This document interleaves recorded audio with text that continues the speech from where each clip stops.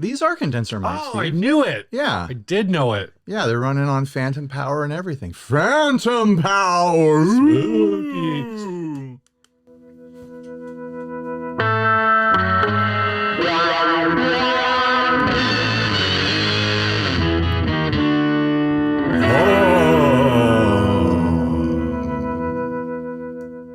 It's early spooktacular here. Getting ready for Halloween in May. Is it still May? It's still May. It's gonna No. May. Please don't. It's gonna still be May. Later in this episode, we're going to talk about how John Mayer is using 3 pedal boards on his solo tour. But before that, let's talk about this ad. Hey, why don't you say who you are? Oh, hey, I'm Ryan. And I'm Steven. This is 60 Cycle Hum, the guitar buying, selling, modding, fixing, breaking, playing, reviewing, smashing, Trading. Yeah. trading, Shilling. Anything you could do with a guitar podcast. shilling podcast. Shilling podcast. Hey Ryan, Yeah. If the in the Bible it says that we should avoid all appearances of evil, how did churches get away with using condenser mics if they're powered by phantoms and like phantoms are just people? Are phantoms automatically evil? I don't think so. I think that's a nasty stereotype, and I am not going to. I'm not going to support it, Steve. I won't allow it on this program. This first ad was sent by Michael Krause. We're finally doing the show. Here we go. Carvin bolt-on guitars, $450. This price is for both guitars. We'll consider selling one. First one or both sell. We'll include the case. I bought these 7 years ago as kits. Don't recall names of pickups, but they haven't more than 5 hours combined playing time. No BS. I prefer wider Gibson neck. Need room and don't play them. Nothing wrong with them. Carvin out of business now, but are very good quality. Well, he's not wrong. Like the Carvin pickups are pretty great. They have so many pull pieces. Are they great? I've always had a good impression of them. This is. Do you have a counter opinion, Steve? This is the looks like the J16 M32 combo. I have no idea. Are you pulling Or that out? is it J12? I don't know. I don't remember the model numbers, but we've got 2 kit guitars here from Carvin with their Carvin pickups in there for $450. That's $225 each, Steve. Yeah. I feel like this is a steal. I'm a little thrown off because in this one picture of the back of the guitar, the neck plate looks really small. But otherwise, yeah, this seems like the only thing is these are kits. Now they're kits that are designed to be built, just like these were already. Well, Carvin had sold kits, and it was like a big part of their business there. Like I remember like getting like their catalogs or whatever, and there was this whole section of kits and finished bodies, and you just put them together. Right, and that's what these probably are. Well, that's what they're the Carvin bolt model. Is definitely what they are. I kind of like the 6-in-line on a Strat. I hate to say it. You mean the 3x3? Or yeah, sorry. Because the 6-in-line is like that's the normal. So why even bring it up? You can look at you can see my screen. You can see what I'm looking at. I see what you're looking at, Steve. No, I like a 3x3 on a Strat. Yeah. I mean, I've got the Silver Sky back there, which is a 3x3 on a Strat. As long as the strings have a nice straight break angle across the nut, and it's fine with me, Like the guitar, the clam shacks that Mel brought over, those are 3x3s, and they're it's kind of a Stratty shape, but is it a Strat? It's a Strat. Oh, those, yeah. The clam shack. I don't know. I think for $250 each, $225 each. Both guitars for $450. You could do so much worse. Yeah. You could for buying kit guitars, like this one, the 3x3 is also one of the bird's eye maple fretboards, which is hot. I always was under the impression that their kits were just like, oh, here's parts from the factory floor, and we just didn't put them together. No, I think that's exactly because like why would what they are? Why would it be anything else? Yeah. So these were probably. The bodies and necks were probably made here in San Diego. The up in Carmel Mountain. The humbucker is called the M22. I think that's what these are. Maybe it's the C22. Well, that's because it has 22 pole pieces. Yeah. So is the other one? The other ones would be 12s. Is that like the S11? I wonder what the I can't official... find any Carvin single coil pickups on Reverb, except for That's like because they're so good that people keep them forever. They're Blade ones. You guys notice how Steve hides behind his microphone? Do I? Look at you. You're like this all the time. I feel like if I'm not behind it, that I'm not talking into it. No, it picks you up great. All right. Yeah. It's pointed right at your mouth right now. Yeah. I know. You don't have to be on it like this. We're not on like in a radio show or something like that. Gross. No one comes to this channel for audio quality, Steve. Oh, the one is a hardtail. Yeah. Did not realize that. Maybe I should pay attention to the show. The other one's got a Wilkinson on it. Yeah. Which and that's got pretty common at that time. That's what all the Carvins had. They were using a lot of Wilkinson hardware. I mean, everyone still uses a lot of Wilkinson hardware. It's, you know, it's rock solid hardware. Yeah. It's not always... I'm just pointing out that my taste, it's but, like original. It's not... I don't think there's anything else to say about these. Was like, a premium, considered, especially back then, it was a premium bridge because the saddles are so easily adjustable. Now, this guy, he says that he's got 5 hours playtime on these pickups total. Yeah. Across both guitars. Low mileage. Low mileage. Is that good for pickups though? Wouldn't it be better to have them broken in like a speaker? Ooh. You know? I don't know. Maybe that's why he's selling them for so low, is because these pickups have not been broken in sufficiently. You need to get one of those little speaker guys, Bluetooth speaker things that they sell. It's like $300 that are like you can send pitches through them. Right. DJ Mike Adams has one of those. DJ Mike Adams? DJ Mike Adams. DJ Pusheen. Okay. Does he use it? I don't know if he actually owns one, but he made a video. He did some stuff with Fretboard Journal. Oh, okay. Where he's playing around with one of those. Ah, gotcha. And it's warm in here. Is it hot? Is it getting hot in here? It's so hot. It's so fresh. You didn't take off all your clothes? No, just the jacket. It's so hot. It's so fresh. That's a song that only you and I will understand the reference to. There was a local band. Does this come with the? That had some great songs. Does this come with the cases too? Because those are like a solid, those are great looking $75 case.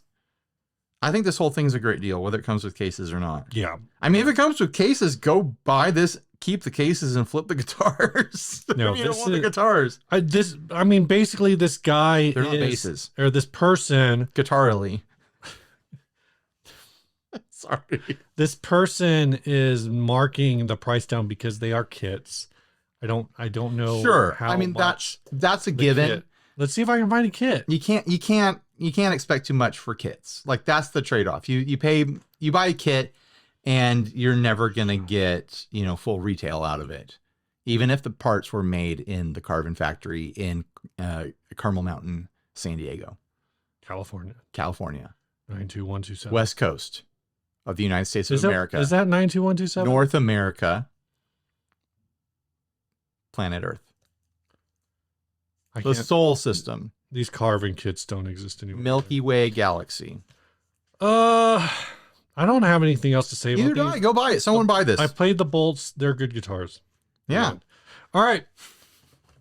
Wow, that was really quick. That's like the fastest opener we've done in a while. Well, it was efficient because it's like it's easy when it's like, this is good, go get it. Yeah. There's no reason anyone shouldn't buy those if they like that style of guitar. I feel like we're getting into the shilling way too fast. Are you ready to shill already? It's time to shill. We gotta stick to the order. If you wanna help gotta pay those bills. Gotta shill. If you wanna throw us a solid, you can head on over to Patreon, where for as little as $1 a month you can support the production of this program and everything else on this channel. Really, yeah. Like these folks did at the $10 level, Victor Montano, and also at the $10 level, Joey.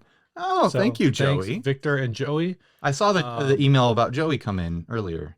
I was like, oh, a $10 level. I saw a thing. I was looking at another guy's channel and it made me think maybe we don't promote the Patreon enough, because he has like 190K subs and like 1,300 patrons. And we have like 150. So he's doing something that we're doing something wrong. And it's also a music channel, like more synthesizer, but oh, okay. All right. Synthesizer guys. All right. You know, maybe if we had, if I was good enough to give lessons, and there was like a secret lesson plan thing going on in the Patreon, if there was a secret lesson chord, like a lesson, if there was Ryan a secret chord that Ryan played, please the Patreons. yeah.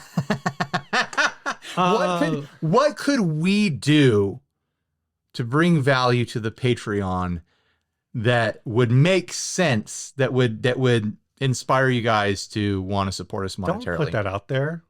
I'm just open, like, make suggestions. You never know. A lot of them are going to be wild. One of them might resonate with us. Think, like, yeah, we could do that. I think once, so we don't have it now, and it's kind of dumb. But I think once I start editing the Adventure Club clips, I'm gonna post them to a Patreon feed. Okay. Podcast feed. What do you mean? Is that interesting? What are you gonna do? I'm just gonna cut out the Adventurers Club clips off of all the episodes we've done Adventure Club. So there's just to show who won. Little 10-minute all right things, and it'll go there. It'll be like a short. It'll be a best of. A best of for 2023. We should put that on like a CD-ROM or something. Yeah, something like that. Yeah. Maybe. Yeah, make it a thumb drive. And we'll mail around thumb drives. Maybe put it on a VHS tape. Put it on a Supermax Beta. Right. You get it on Laserdisc. Yeah. You guys want a best of 2023 on Laserdisc? Oh my gosh. This episode, you got to flip it over in the middle. Shut up.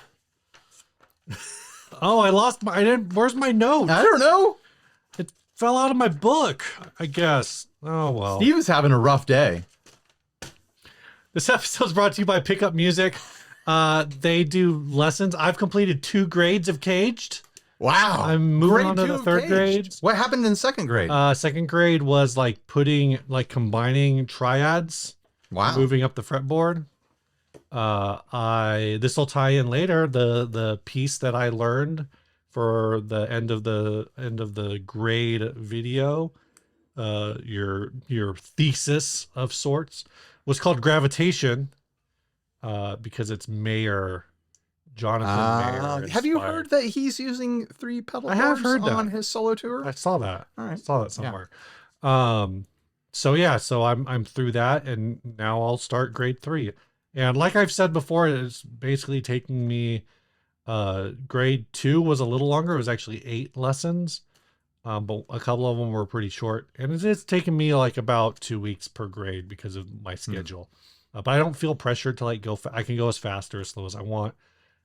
Again, it's $15 a month, and you can check it out for 2 weeks for free. So you've been checking it out the last week. Yeah, I hunkered down for a couple hours, like maybe 3 or 4 hours, and I did the vast majority of grade 1 of Neo Soul.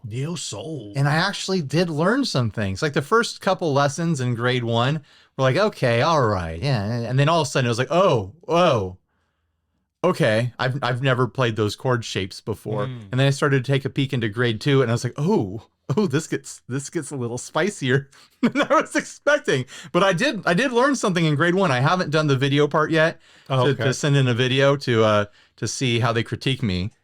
But I learned a little chord progression here with some chords. 3 out of 4 of these chords, I had never played these shapes before in my life.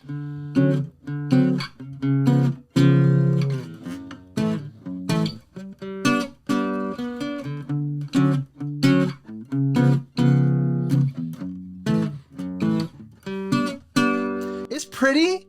It's fun to play. I actually worked it into a demo that I filmed today. Cool. It's probably already published. It is already published. The Effects Bakery demo. So I threw that in there. I'm learning things from a sponsor. It's incredible. I was actually pretty impressed with the course. Yeah.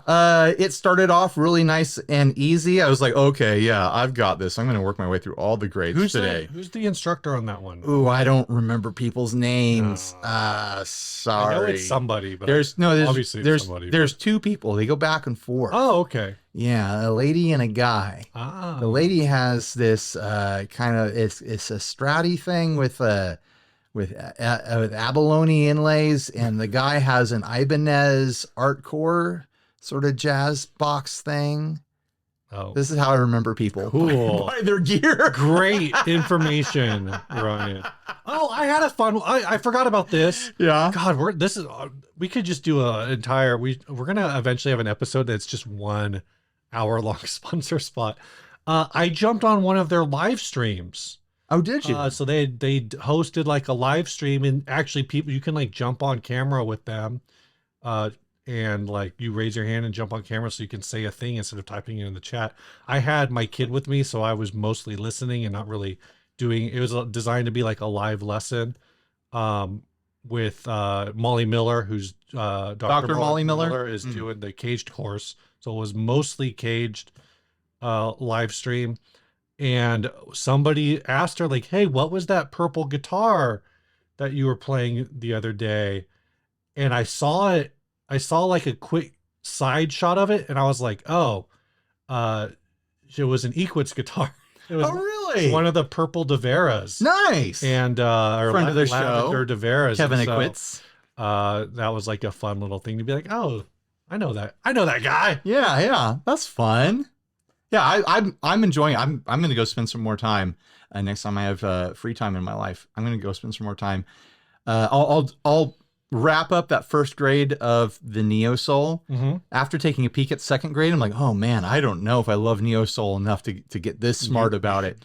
Are you going to jump to a different course? I might be a little bit of a tourist and jump around a little bit. Do grade 1 of blues. I get up to grade 1 on blues. Get the first grade blues comprehension going. Yeah, that's like, people always say that they like the channel because I don't like play blues licks. That's about to change, baby. It's gonna get all blues. You're gonna be like, it's gonna be all blues, but it's first grade blues, so it's like.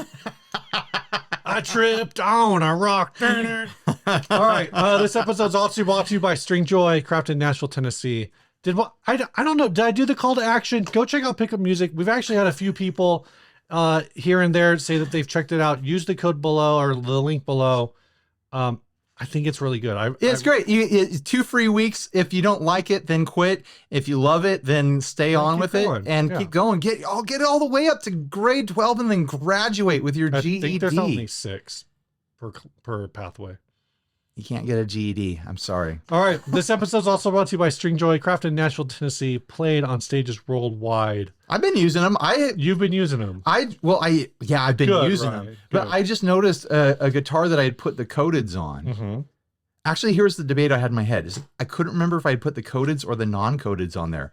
I was like, these strings are holding up great. And I've been looking around like, I think all the String Joy strings that I have on guitars have been holding up great. Well, how about that? And I'm not totally sure which ones have the coateds and which ones don't, which says something.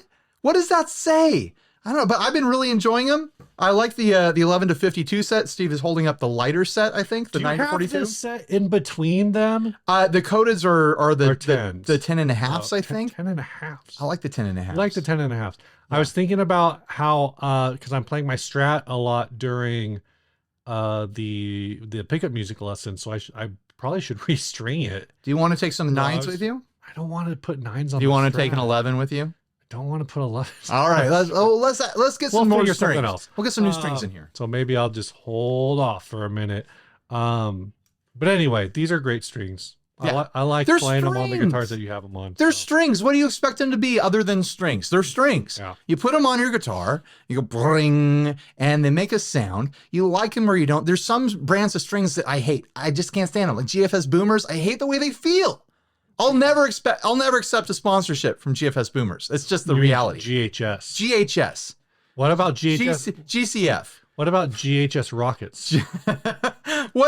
Any combination of letters before Boomers strings, I'm not going to buy them. I've already lived that lesson. I'm fine with Ernie Balls. I know I like Diodarios. I used to live and die by Dean Markley Blue Steels. Yeah, but I also that was a weird choice. The choice of Dick Dale. That's why I went to him first, and then I really liked them. They always felt a little heavier to me. But I like the String Joys as well, and you can get custom sets. They're strings, and they're made in Nashville. You can get custom sets. You can buy them at Sweetwater if you want, or you can use our link down below and save, what is it? Is it 10%? 10% with code HUM. M. Steve was expecting me to say hum. No, I wasn't. All right. Let's hit the next ad. All right. Oh, that was a long shilling session, Steve. I'm tired from shilling. Let's see. Yeah. This is an abalone something. Is it called shilling because you get paid a shilling? I don't know. This is a great point. I bet that's where that comes from, huh? We got paid more than a shilling because the shilling doesn't even exist as currency anymore. From who's this from? Craig Brinker. Beautifully unique and awesomely modified 339 style maple guitar, abalone inlaid. I've had this guitar for over 12 years longer from a guy in Scotland. For over 12 years or longer from a guy in Scotland. The name on the label is Westfield. It's truly a work of art. All maple abalone inlaid top, truly eye catcher, cream binding, maple neck, rosewood fretboard, abalone inlaid. Now for the best part. This guitar went through complete technical overhaul. Seymour Duncan, JB Jazz set, Jimmy Page, wiring harness from the USA. 4X push-pull knobs, many tonal options, 3-way switch, bone nut, complete setup ready. Wow, this sounds like this guitar is probably worth a lot of money. How much do they want for it? $2,400. What? Are you serious? I know, it's a great deal, isn't it? Oh, this is in dollary dues. Yeah. So what is that in freedom dollars? Like $30, I think. $2,400 dues is 30 US freedom dollars. I don't know. I don't think that's the way it works. I'm betting it's like 1,700 freedom bucks. 1,600. Wow, I was so close. Okay. So caveat. I have heard that not only caveat is so salty. This is abalone, not caveat. I have heard that, which is also weird that this guy says he bought it from a guy in Scotland, but now it's in Australia. I know that it's hard to get a lot of guitars down under. Yeah, so that's what I was going to say is I have also heard that. So this actually looks pretty well put together. Well, the abalone work, it looks really clean. Like it doesn't, like I did a little Googling to figure out like, is this a condition that they would come in? Was this a model? And I couldn't find anything. Maybe you'll find something, Steve, because it does look close enough to a factory finish. But I mean, I don't know a lot about that brand, but searching around for it, they look like the budget of the budget. You know, it looks like, you know, you're like Lion by Washburn sort of. They don't even make stuff. So Westfield Guitars doesn't even make electric guitars anymore. Well, yeah, because they got so good at it that they progressed to doing other stuff. They graduated. Originally a Scotland brand made in starting in 1989. It sounds like they disappeared and now they're back. They've got to be an OEM brand though, like, because the impression I was getting looking at them is that they are like $250 guitars. Oh, the current, so not this version of Westfield, but the current Westfield brand is owned by Roto Sound. Interesting. Another string manufacturer. Yeah. Notable players of Westfield guitars include Danny Jones of McFly and Jason Mraz. Jason Mraz plays Westfields? Apparently. That's news to me, and I know nothing about Jason Mraz. You know what they say, you learn something new about Jason Mraz every day. That is what they say. Yeah. I just want to know how much this thing is. Oh, there we go. The E7000. Do you think this is actually custom abalone work? I can't imagine doing custom abalone work on this. Oh, the Wayback Machine did not. Uh-oh. I give up. No, I don't know. Yeah. I don't know. Like, remember when there was a big abalone trend though? All the Duesenbergs had solid abalone. Yeah. I thought that was just Mother. Was it? Mother? I thought it was abalone. Toilet seat. Maybe it was. I don't know. It's that tone shell. Let's see. 2 Seymour Duncan pickups. That's about $150. Yeah, I could see this being worth $1,600. Do we know what any Westfields are worth? No, we don't. of course not. Of course, we'll never know. What's That's on Reverb? unknowable knowledge. Westfield. That's what I thought you were searching for. No, I was looking on Google. Westfield Les Paul Custom 1990s there's one on Reverb for $222, but there's also a Westfield Archtop Tribute.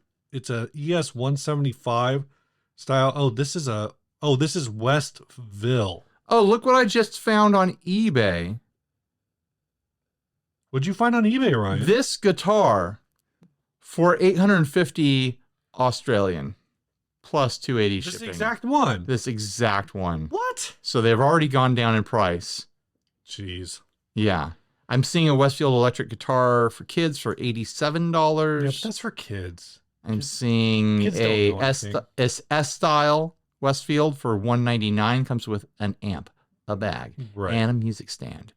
Seeing a Strat for $156. I can't think of a single company that makes a Strat that comes with an amp that also makes a $1,600 guitar. I'm looking at a bass guitar, $93, $65 shipping wow. estimate from the UK.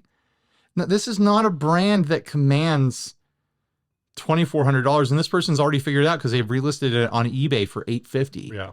Yeah. They're charging for the abalone work, and that's it. Looking at it, looks very clean. I believe that whether it was custom or if this was a one-off from the manufacturer, that it probably wasn't cheap. I listened to a podcast last night about abalone. Did you really? Yeah. What? Apparently it's like native. Like an abalone podcast. Yeah. A podcast all about abalone. It was one episode. It was a one-off. It's a food podcast, and they were talking about abalone. Did you know my dad used to hunt abalone? I did not know that. He used to dive for it. Doing diving. Did you know that apparently in the state of California, Native Americans who use abalone as a sustenance protein are classified as recreational hunters? I didn't know that, but that tracks. It makes sense. Yeah. But Even though it's a sustenance food, so it's like not really recreational. So that's drama. That's the whole problem. Some drama. But the whole abalone, the history of abalone is really fascinating, and there's a lot of drama in there. There is, because from what I understand, abalone used to be incredibly prolific. Yeah. In Southern California, and then there was a shift in the currents that changed where the baby abalones land. They did not talk about that. And so abalones became a lot rarer around here, because it used to be like when my dad was, diving for them in the 70s. Yeah. Like there would just be piles of abalone shells on the beach because people would just go out there and just pick them off and go in and grill them on the fire on the beach and stuff like that. And it was just like, just this abundance of food out there in the water. And then everything changed, it's almost like the global conditions changed. Weird. For unusual reasons. This was more talking about how Chinese and Japanese people came to California in like the late 1800s, early 1900s, and they were like, "Oh, abalone, this is great. We love this stuff," but like white people didn't want to eat any of it. And then Chinese people were getting rich off of being abalone farmers and harvesters and whatever. And this government couldn't do anything about the harvesting of it because it eventually is an abalone podcast. It was becoming an industry. So instead, what they did is just say no more Chinese people allowed in the United States. Well, yeah, that's what we tend to do. So yeah, it's tragic. Damn it, that's awful. This one of the guys they interviewed was like, "Yeah, I was an abalone diver, and then they sent my family to the concentration camps." So cool. Yeah, good job, America. Cool. Yeah. Did you know that we had concentration camps? We had to drive by them. Yeah. Probably once every other year, something like that, going camping. Anyway, this guitar, cool stuff. Not worth $1,600. It's $800 US. The one that you saw, I guess it would AU. because so that would put it at. Oh, that was AU. Yeah, so that would put it like 600 US or something like that. A little like 550. Yeah, somewhere around there. Knowing that all the other guitars from this brand are landing in that really low price point. I wouldn't expect this thing to play any better than like your average, somewhere in between a Grote and an Epiphone. Sure. If I absolutely had to have this abalone look, which I absolutely do not, I actually don't like abalone on guitars. I like it in my belly, and I like to see the shells on my shelf. That's it. I feel like a fair price starting would be like $300, because it's just for the finish. Like he wants money for the finish, but like people, yeah, you buy a finish, but you buy the guitar first. You know, like if a guitar's got a crazy finish, that's cool. But if you don't want the guitar that the finish is on, then what good is it?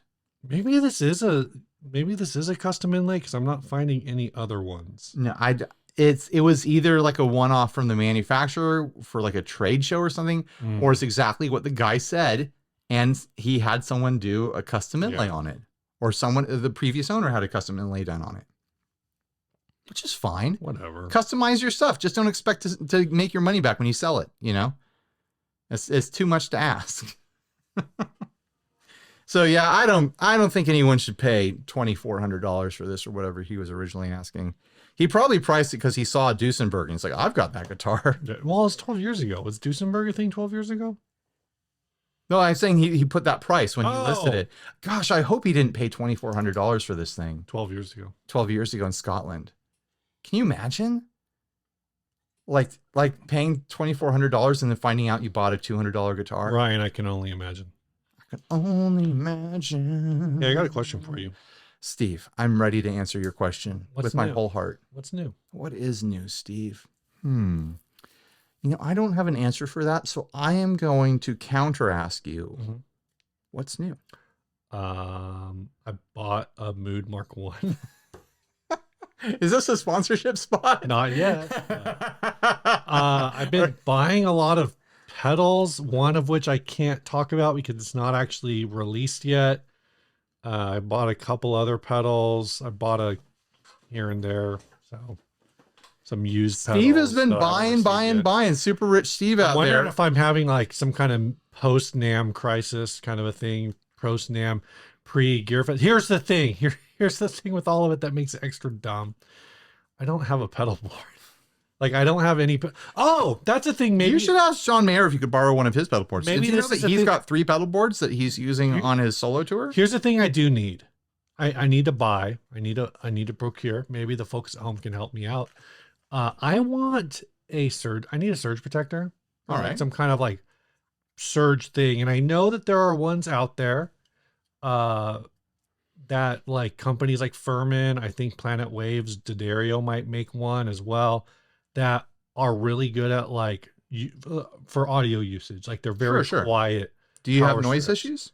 I just don't even want to like, you don't want to risk it. If I'm going to buy one of these things, I don't want to go to Target and pay like $15 for one that may or may not get the job done. I can use, I'll use one of those on my computer because I don't care about noise there, but in the house, like for this purpose, especially since I'm probably going to be plugging at some point 3 pedal boards into it. Like John Mayer. Just like John Mayer on his solo tour. So I just want to hear, like, if folks have had noise issues at home, have you ever purchased like some kind of power strip or something that has some noise filter? The Furmans, I've got one on the floor there and I've got one up on the ceiling up there running the amps and the lights around here. And I never run into noise issues.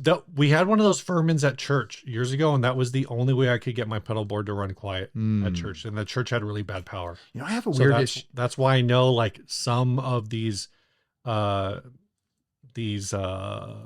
strips will help reduce noise. I have a weird issue with the power at my church.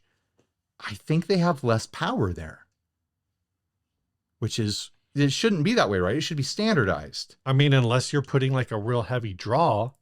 Yeah, maybe they're drawing too much current because of all the stage lights and stuff. That's the only thing I can think of. Because like all the pedals that work excellent here at home, I'll go plug in and like, you know, like heavy digital pedals, like my UA pedals and stuff like that.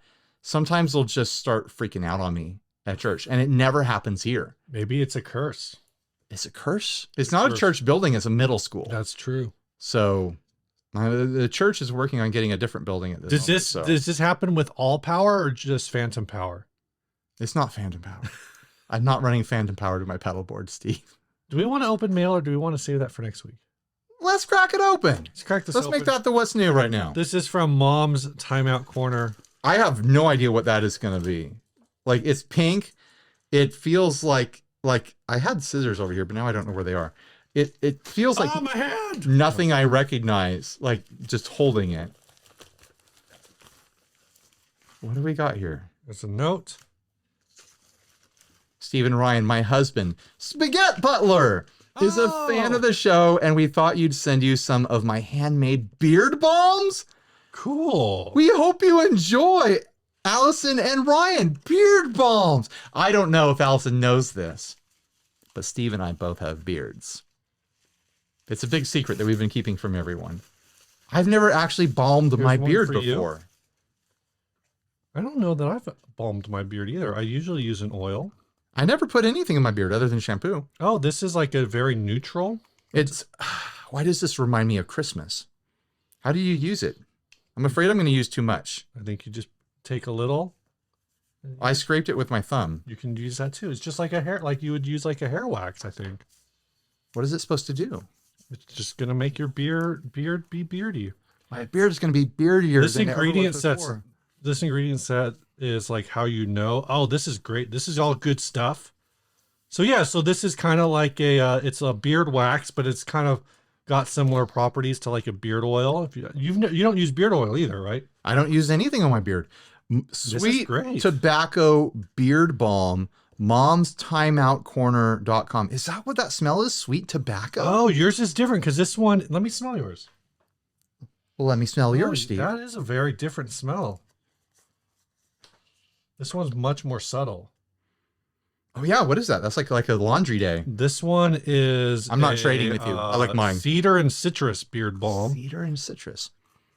I like this smell. Maybe this is gonna be my new thing. Ingredients: grass-fed beef tallow, beeswax, jojoba oil, bergamot essential oil, cedarwood essential oil, vanilla essential oil, and vitamin E. The real test is gonna be what my wife thinks. Let's see if I can What get her in does here. my wife think? Remember when we were gonna make that a bit? We did it one time. Yeah. This is fantastic. Thank you so much. Everyone go check it out. If you want to smell one of these things and you're going to buy them, momstimeoutcorner.com.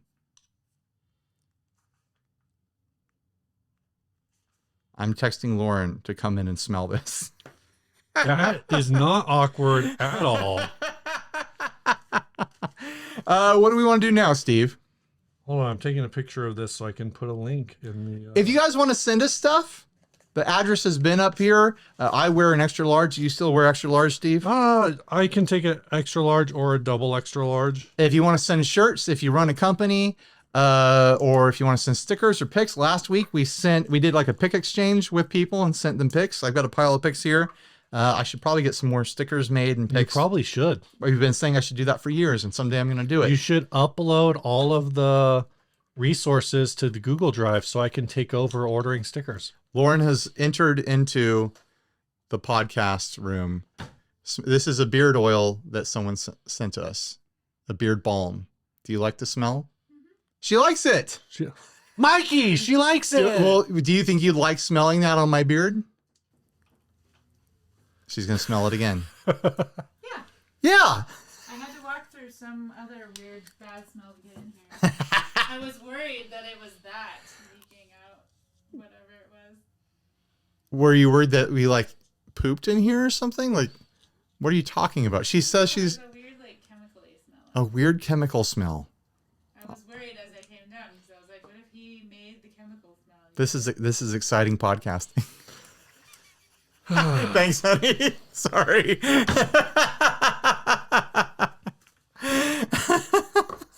Well, that proves it. Yeah, she likes it. It's a win. All right. You got anything else for what's new? I don't think so. All right. This episode is brought to you by Bigger Pedals. Oh, everyone's getting their I've been whackers. seeing these in the wild. Yeah. If you got one and you didn't post about it on social media and tag us, I'm a little bit sad. Really? I want you to post about them. I want to know that everyone got them. So I want to know that everyone got them, but if you don't want to post what you got on social media, that's okay. You don't have to, but I like seeing them. Crack open the back to see how we signed them. Steve signed his name with a $sign. Oh yeah, I forgot about that. Should have signed the posters that way too. Yeah. If you want to get in, I haven't shipped them yet. On the oh Ryan, I know I'm bad. I'm a bad boy. If you want to get in on the ground floor of weird stuff like this or cool deals, head on over. Or, go to that's the next ad. Go to bigyourpedals.com and sign up for their mailing list. Our other sponsor this week are these guys, Chase Audio. Makers of the Mood Mark II. I've got serial numbered 600, guys. Nice. There's 600 of these out in the wild. Actually, more of those. I bought the Mood Mark I. I've got serial number like 14,000. Wow. Something. Now we could, if you brought it over, we could do a video. Quadraphonic. Because there's 2 mono moods and then a stereo mood. So we could run 2 moods into the Mood Mark II, which is stereo, which would be 4 moods running into 2 amplifiers. That's a lot of moods. Mm. Remember at Guitar House when we ran like all the habits? Yeah. That was a lot of habits. It made a big noise. Chase Bliss is another brand that does promotions through email. Yeah. Got to get in there directly connected. People who were paying attention because a lot of them were sold on Reverb. Got to get yourself connected. Saw the Chase Bliss Mood Mark I's go on sale for 30% off on Reverb or whatever because they saw the price drop. But I saw it because I'm on the email list. It's a great way to find out about the sales. Also, one of the pedals that I bought, the one in the What's New, go to chasebliss.com, get on their mailing list. But the other thing I was going to say is one of the other pedals I bought that's not a Chase Bliss pedal that I can't talk about because it's still embargoed, even though lots of people are talking about them. The embargo is in place for newsletter subscribers to this brand. They're the only ones technically who are supposed to know about this pedal existing. And they're not, it's not Chase Bliss, it's another company. It's a different company. All right. Steve is keeping secrets. It's a company that's all I'm going to say. All right, that's all he's going to say. The other thing I'll say, this might be a hint, is it's a company that we know. We know the owner of this company personally. All right. When I bought mine, he sent me a little sticky note that was a very brief personal message. I appreciated it. Brief. A lot of hints there, guys. Someone that we know. Who does Ryan and Steve know? Someone the pedal industry. In the pedal industry. And we know this personally. That we have shared a roof with. Okay. All right. That actually narrows it down a lot. Not that much. Maybe not for you, but it does for me. Yeah, I guess it narrows it down a little bit. But I don't think people know who we've shared roofs with. They do if they've listened to every episode of this podcast. I guess that's true. Ryan? Yes. Steve? Did you know John Mayer is using 3 pedal boards? I did know that John Mayer is using 3 pedal boards. In fact, John Mayer is using 3 pedal boards on his current tour. Oh, what's that? Is it featuring a top spec multi-effects and newly launched reverb? That's true, Steve. A handful of new pedals have made the cut alongside some of John Mayer's tried and trusted units, which have been arranged into 3 relatively streamlined boards. Not only does John Mayer use some of the finest electric guitars and guitar amps that money can buy, he's also something of an effects pedal connoisseur, having previously been spotted using a range of well-stocked pedal boards. It also seems to be the case that, like many of us who suffer from some form of gas, Mayer is never content with his board, instead embarking on a seemingly endless quest to explore new tones through fresh stomp box choices. With that in mind, Mayer recently set out on his first solo arena tour of North America. And it turns out he's brought all 3 all-new pedal boards to accompany him on the road. Naturally, a lot of the Bob Rock's stars tried and trusted pedals return to the starting lineup, though it seems like Mayer has taken the opportunity to branch out from his previous rigs, introducing a few new eye-catching units in his signal chain. The pedal boards pedalboards are spread out across the stage according to Mayer's set list, which includes piano, standing guitar, and seated acoustic sections. The first two boards contain the bulk of the action and can be found sitting next to each other in the center of the stage, where Mayer does most of his silver sky noodling. Here, the first intriguing appointment can be found. As noted by YouTuber Justin Jeske, a right-hand pedalboard is filled with Mayer's acoustic guitar pedals, one of which is the next generation Eventide H90. The H90 came out last year to usher in the company's newest era of multi-effects units, and it makes for an eyebrow-raising addition to Mayer's new pedalboard. Why? Well, the PR signature artist has never been a huge floor-based multi-effects user in the past. One certainly wasn't on his 2022 Dead & Company board, so the H90 is a pretty big deal. Joining the H90 is another new Mayer unit, the Boss RC500, which has seemingly swapped out his preferred TC Electronics Ditto X2 looper pedal. However, as Jeske notes, Mayer addressed the audience of his first tour show by saying he doesn't have plans to loop on stage, but is supposedly open to breaking this rule. Despite this hesitancy, looping is clearly just too irresistible for Mayer, who has in fact included the RC500 on all three of his pedal boards. The first board, though, is completed with the Boss TU3 tuner, Strymon's Midnight Edition Night Sky Experimental Reverb, a Providence Chrono Delay DL4, and either a TC Electronic Infinite or Flashback. The electric board makes for more familiar viewing, though retains the RC500 alongside some of Mayer's favorites. These include two Ibanez TS10 tube screamers, which sandwich a blacked-out Klon Centaur, and Mayer's go-to TC Electronic Polytune 3, as well as a Keeley Tonic compressor pedal, Way Huge Aquapus, another Chrono Delay DL4, and a final Strymon Flint. Those familiar with Mayer's electric guitar tones won't be shocked by any of these choices, aside maybe the position of the Klon between the two TS10s. But with one of today's tightest lead tones, we see no reason for Mayer to change things up. A final acoustic pedalboard can be found, and though it shares some striking similarities to the first board, there is one major difference here. Mayer has treated his rig to the all-new Strymon Cloudburst ambient reverb. The pedal itself was released only a few weeks ago and marked the effects specialist's most affordable and compact reverb to date. The fact that it's already made out into Mayer's live rig probably says all you need to know about the performance of the pedal, and at $279, it's a far cry cheaper than Strymon's $480 Big Sky pedal. As such, thanks to this tour, we imagine those looking to harness Mayer-esque reverbs will now be giving serious thought to the board-friendly reverb.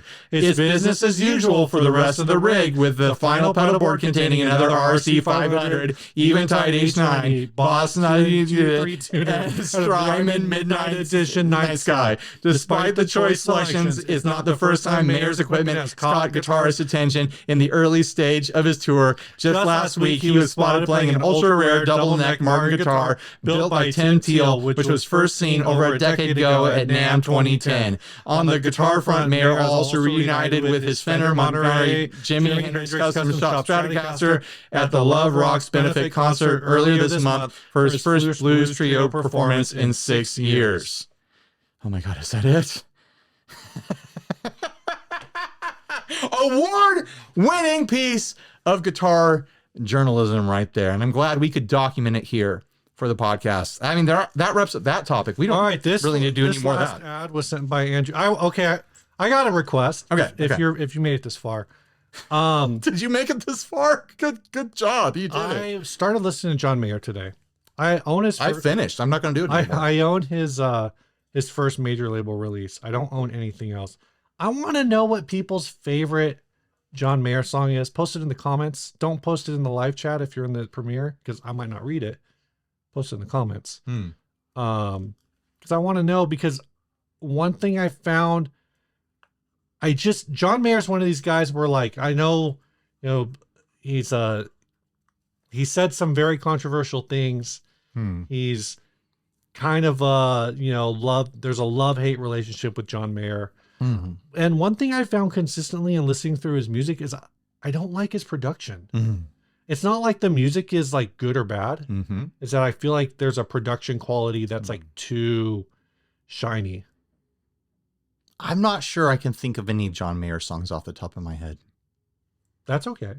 Yeah. I'm sure we have John Mayer fans in our audience, and I want to know Of what their course. favorite songs are. I know like the radio hits. I know Gravity and Daughters and Your Body is in Wonderland. Oh, that's one. That's the one I And- know. Yeah. Your Body's in Wonderland? Mm-hmm, Okay. Clarity, New Light. I know all those, the radio ones, but I feel like there's got to be something, what's the song that like from his solo work? Because I also know like some of his like blues trio work is pretty hot, but I feel like his personal like guitar work, I'm always like, I don't know. I feel like I'm always, Tell I don't know, Steve. maybe Tell Steve just what. tell, to, just tell me what you tell him. like. Just Tell tell me Steve what you like. Tell That's Steve all what I to wanna do. know. Yeah. Tell him what to do. I'm not saying people should or shouldn't like John Mayer. I'm just trying to expose myself to John Mayer. And And maybe someday John Mayer will expose himself to you, Steve. he seems like that kind of guy. Maybe. I mean, a boy can dream. Anyway, this last ad was sent by Andrew Adkins. Andrew Adkins. He sent us a bunch of ads. This is the one I chose. There's nothing more funk, heart, an aquarium guitar. Yes. Handcrafted design with the Telecaster structure. It hides a surprise inside. An authentic fishbowl aquarium with plants, decoration, and fish. Everything is artificial. Well, then it's not authentic. Is it authentic? Authentically artificial. This guitar aquarium, they missed the opportunity to call this a guitarium. Guitarium? Well, wouldn't that be an aquarium full of guitars? Or maybe a aquarium. Aquarium? Uses a special oil that does not need maintenance. It does, however, have a cap where the oil can be replaced. That's what I want to know. Inside the aquarium, you can find various colorful floating plastic fish, plants, algae, and even a record player, all with submerged blue LED lighting. Features American ash body, vintage, some other stuff, rose anchor, skunk band fixation of the mast by screws. What? Does that just mean bolt-on neck? Yeah, I think so. A bunch of other information, some pickups I've never heard of, some other stuff. Let's look at this guitar. How much do they want for it? About $3,000. $28.39, 136 shipping. They want $3,000 for it. That's. I mean, I get that this thing is a handmade one-off and has some very unique features. I'm not getting $3,000 worth of work looking at this thing. Like, I know it probably took $3,000 worth of time making it, but that's like go get myself a cower money, you know? Mm-hmm. I mean, that's how you measure, what you can buy with $3,000. Like, go get yourself a cower. What do you think about the fact that all of these things inside of here? Oh, okay. First off, I'm going to talk about that. Everything in here is floating. Yeah. These pictures are trash. Yeah, they're pretty bad. No, these pictures are trash. And the reason I say that is like, I appreciate the attention to detail. Oh, here's a picture with the lights on. Sure. There's like multiple, like the front without lights, the front with lights. Okay, I get it.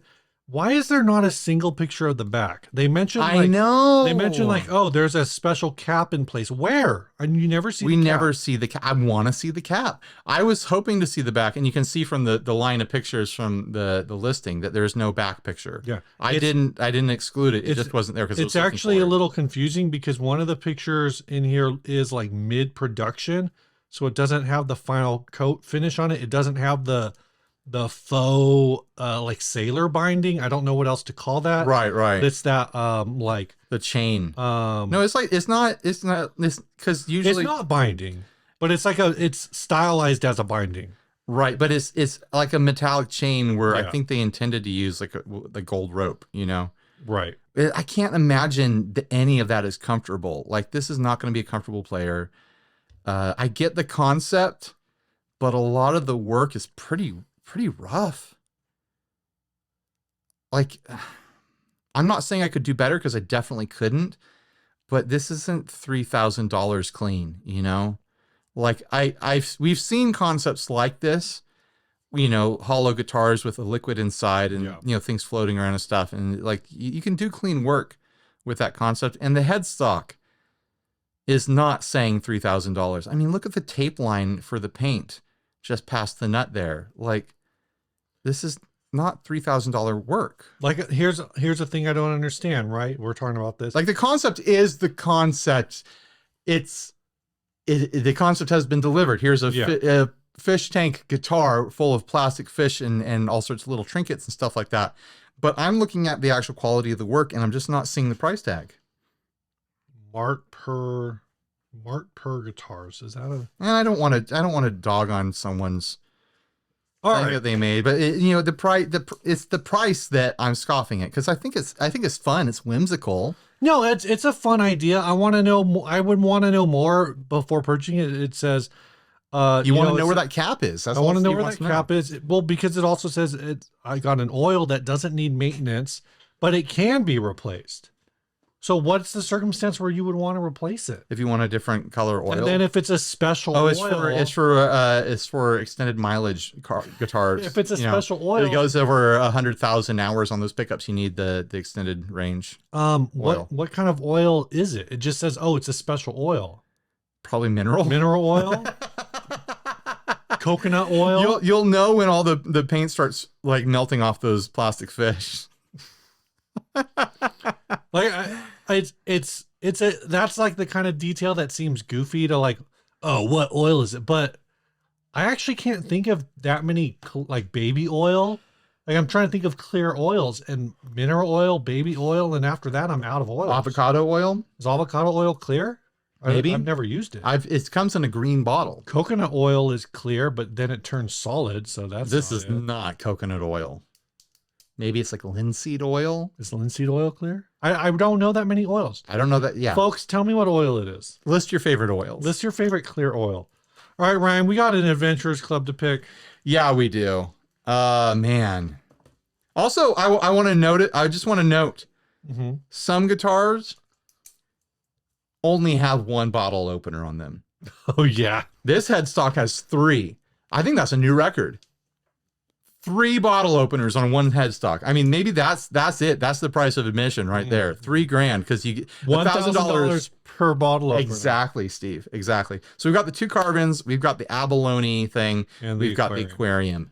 Oh man, I feel like I'm gonna have a tough time. You know what? You know who it is? It's John Mayer, because he's got 3 pedal boards. John Mayer, welcome Congratulations, to John the Mayer. You've Adventurers got a Club. $25 gift card. All you have to do is write us and let us know and show us these pictures of those beautiful 3 pedal boards that you're taking on your solo tournament. I know what my pick is. Well, okay, don't say it. I'll try to make my pick, and then you tell me if you agree. All right. Gross. Man, what am I gonna pick? I think Abalone because it's the bigger head scratcher for me. Abalone is the correct answer. Abalone has a first name. How long have you been waiting to make Well, this? I made it the title. I of the know thing. you have. It's just I know you did. It just occurred to me just now. That's how long. This song for this episode is from Mervin's, The defunct retailer? the band, Oh. who says 60 Cycle Chums. I like Hello that. again, it's James from Mervin's. As an avid listener, I heard the cast is needing some song submissions, and we are here to pony up. We had a song on the pod a few months ago and are here to drop another. Our first track, Back on Track, got a good review and comparisons to Fountains of Wayne, which we take as a major compliment. Next on the docket is. is It's a big I Don't compliment. Mind, off the same debut record, Out of Luck, available on all streaming platforms cool guys use. Hope you dudes like it, and we are looking forward to another great comparison. Greta Van Fleet, Walmart Yodeling Kid, Island Boys, fingers crossed. Thanks again for always providing a great show. Big hug, little kiss, James from Mervin's. P.S. I think I took the note properly from last time and sent an MP3 version. Hopefully this one works better. So apparently he sent a SoundCloud or something. Oh, last yeah, time, I think.